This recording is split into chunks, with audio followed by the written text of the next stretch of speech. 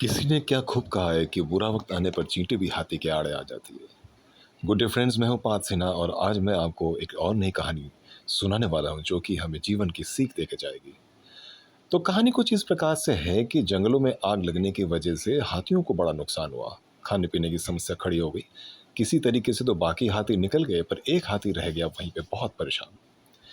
उसी रास्ते से चींटियों का एक झुंड वहां से जाता हुआ दिखाई दिया तो चींटी उनमें से एक चींटी ने रुककर उससे पूछा कि भाई हाथी, तू यहाँ इतना उदास क्यों बैठा है? हाथी ने बोला, भाई मेरे बाकी लोग तो निकल गए पर मैं निकल नहीं पाया। तो चींटी ने पूछा, ऐसा क्यों? तो बोला, भाई ऐसा है कि दूसरे जंगल में जाने के लिए टैक्स देना पड़ता है और मेरे पास टैक्स देने की अभी व्यवस्था नहीं है। कई दिनों से कुछ खाया भी नहीं हूँ, परेशान भी हूँ। तो चींटी ने बोला, ऐसी बात है, मैं तेरे लिए टैक्स भर देता हूँ, तू भाई चला जा। अब चींटी लोग जो होते हैं बड़े मेहनती होते हैं, पूरी ज़िंदगी भर वो थोड़ा-थोड़ा करके अपना खाना इकट्ठा कर लेते हैं, तो कहीं न कहीं से वो टैक्स की व्यवस्था कर देता है और हाथी खुशी-खुशी वहाँ से दूसरे जंगल में चला जाता है। समय आने पर वो हाथी और बाकी झुंड वापस आ जाते हैं अपने जंगलों में।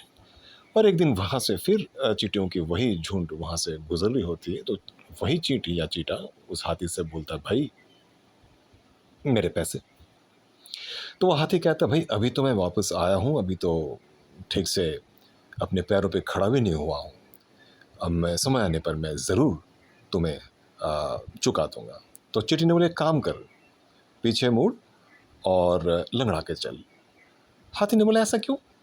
तो चींटी ने कहा, देख, मैंने तुझे लात मारी है। हाथी बड़ा हंसता है कि तेरा आज तक किसी चींटी की लात से हाथी को चोट लगी है जो मैं लंगड़ा के चलूंगा?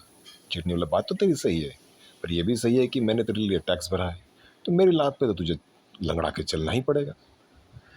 और इस तरीके से पूरे जंगल में यह बात फैल गई, पूरे समाज में यह बात फैल गई कि चींटी के लात से हाथी को चोट लगी है और हाथी लंगड़ा के चलता है।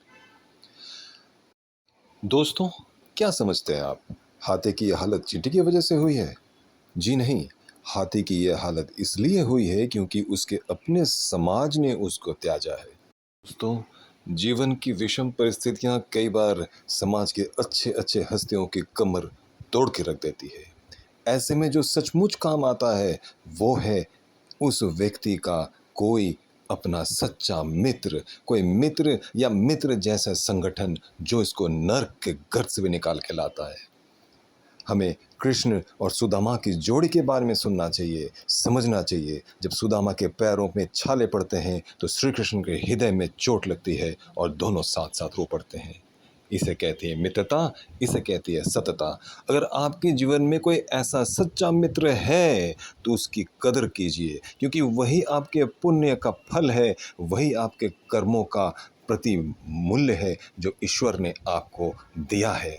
इंसान का अपना और पराया कोई दिखता नहीं है। समय के साथ साथ सब बदल जाता है, पराया अपना होता है, अपना पराया हो जाता है। पर अगर किसी के पास एक सच्चा मित्र हो तो वो पूरे कायनात से लड़कर आपके लिए सुनहरा पल ज़रूर ढूंढ के लाता है। तो ऐसे मित्र की कल्पना कीजिए, ऐसे मित्र की तलाश कीजिए और ऐसे मित्र को अवश्य सजो के रखिए। जीवन में कुछ बढ़ना है, कुछ करना है तो एक संगठन बनाइए जहाँ एक दूसरे के हाथ पकड़कर अपने जीवन को आगे बढ़ा सकें।